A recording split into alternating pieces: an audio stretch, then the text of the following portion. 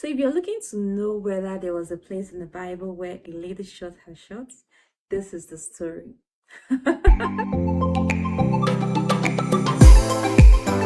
Hi guys, welcome to my YouTube channel. So today's story teaches us about loyalty, moral chastity, obedience, self-control, and how we can take bold steps to achieving what we want, aka shooting your shots.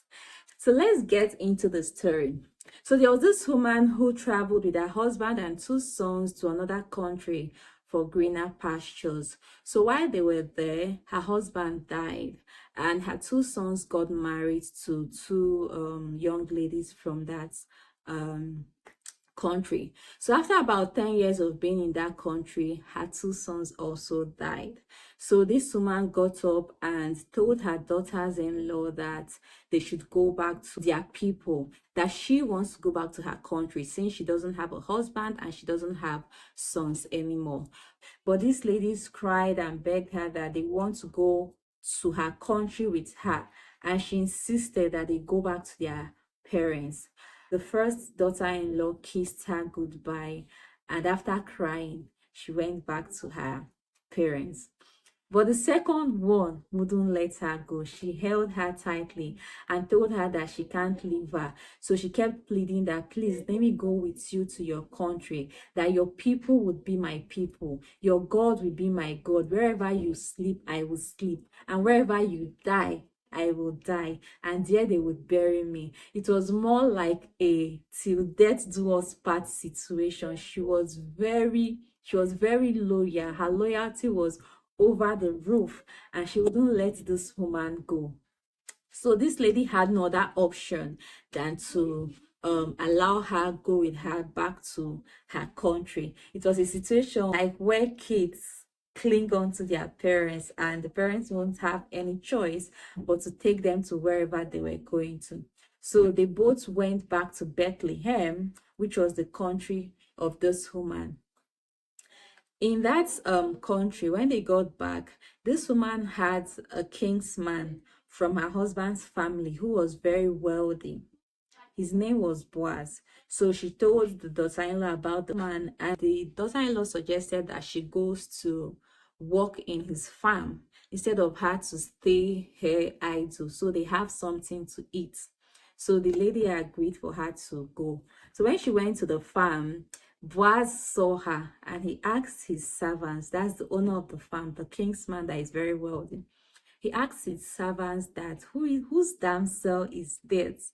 And they told him that, oh, that this is the daughter-in-law of the wife of your dead kinsman who just returned back to the country. When they told him that, he went to the lady and told her that he was officially giving her work on his farm and that she shouldn't go to any other farm to work, but she should work here freely.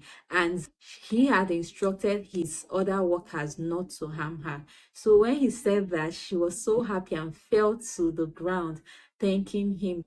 But he replied telling her that she was kind enough to join her mother-in-law back to the country. So she's a very kind woman.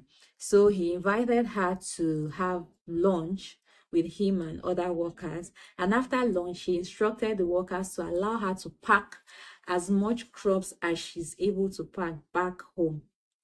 So she took a lot of crops, and when she got back to her mother-in-law, the mother-in-law was like, wow, where did you get all these crops from? From whose farm were you able to get all this from? And she told her that it was from Boaz, that Boaz was the one that gave this to her. So the mother-in-law then told her that Boaz is the next of kin of her husband. So one day, this woman was worried. She was worried about her daughter-in-law who had left her people and come here with her. And then she called the young lady and told her that she should dress up, she should bathe, wear a very nice dress and put on perfume. And she should take note of where Boaz will be sleeping. Boaz, who is her kinsman, she should take note of where he'll be sleeping that night. And when he's fast asleep at midnight, she should go and lay beside him. So this young lady agreed to do as her mother-in-law had instructed. And that night, she prepared herself, bathed, wore something really nice. And when Boaz had eaten and was drunk, because that day he was in a very good mood, when he was drunk, he slept off on his field. So she gently went to where he laid, and she laid beside him. At midnight, when Boaz turned, he noticed that there was a lady beside him, and he woke up with surprise and asked her that, "Who are you?" So she mentioned her name and offered her body. She offered her body to him for him to sleep with her. But he rejected and said no. He said that, "No, that I know you are a virtuous woman, so I cannot repay your kindness by defiling your body. That I can't do that to you. Instead, you can sleep here, but before daybreak, you need to go back to your mother-in-law, so nobody would see you and think that I had defiled you before doing the required rites on your head." Yes, this is a man that has self-control. He had moral chastity. So men today would just be like, "Wow, thank God for buttering my bread this night." So men would immediately take up her offer and say that after all, she offered herself to them. But this man had self-control, and he had a high level of moral chastity for him to reject her offering, and told her that he was going to speak with other kingsmen to know who would get married to her, and if none of them would get married to her, he would marry her. So when just before daybreak, he gave her a lot of crops and sent her back to her mother-in-law. When she went back to her mother-in-law and narrated all that had happened, so the mother-in-law then told her that she should rest, that she knows Boaz would not sleep until he does what he had promised to do. So Boaz called his kingsmen. He called the kingsman that he had told her about and gathered some elders.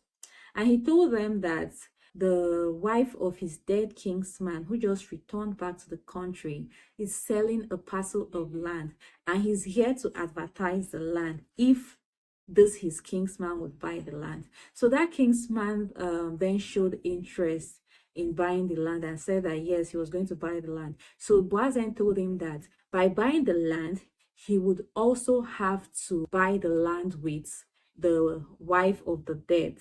That is, he would have to marry the wife of the dead. When he said that, the kinsman immediately withdrew from his intentions to buy the land, saying that he has wife and he has children and he wouldn't want to marry the wife of the dead. So Boaz then told the kinsman that he was going to buy the land, and by buying the land, he would be marrying the wife of the dead. So that was how that young lady got married to the wealthy kingsman, who is Boaz. She got married to Boaz, and God blessed them with a son. When she bore the son, people came around to congratulate the mother-in-law, telling her that God had remembered her and shown her mercy by giving her a daughter-in-law that was better than 7 sons. The name of the son was Obed, and Obed gave birth to Jesse. Jesse gave birth to David, which is the lineage of Jesus Christ. So this young lady brought the lineage of Jesus Christ. It was through her that the lineage of Jesus Christ came, just by being very loyal. From this story, we can learn the importance of loyalty. Through her loyalty, we got the lineage of Jesus Christ, and she was also recorded in the Bible because of her being loyal to her mother-in-law. It was a till death do us part situation, and this is something that we rarely see today. It was a case of whatever you ask me to do, I would do. Whatever you tell me, if you ask me to jump, I'll just ask how high I am going. So this lady was very, very loyal to her mother-in-law. And something else we should notice is obedience. So when this lady's mother-in-law told her to go and lay, to dress up and go and lay beside Boaz, she just blindly obeyed, and she did as was instructed without arguments and all that, and it paid off for her. And something else that paid off for her was she shooting her shots. So when she went there, she shot her shot and said what she wanted, and it also paid off for her. So if you're wondering if there's anything in the Bible or any place in the Bible where a lady shot her shots instead of the other way around, yes, this lady did it, and it paid off for her, and she bettered the lineage of Jesus Christ. Another important lesson we can pick from this story is moral chastity. Boaz had a lot of self-control to be able to say no. He had the lady that was offering her body to him at the middle of the night, where I am very sure it was cold and all that, but he had a lot of self-control to tell her that he cannot defile her until he does the required rites on her head. So this teaches us that you don't have to give in to people's offers and all that. You should be able to have that self-control to say no. So thank you for watching this video. I hope it blesses you, and go to the comment section and put in the names of the characters in this story that I didn't mention, so I know that you're good Bible students. All right, also don't forget to like, subscribe, and put on your notification button so that you can know when new videos pop up. Do have a lovely day. Bye.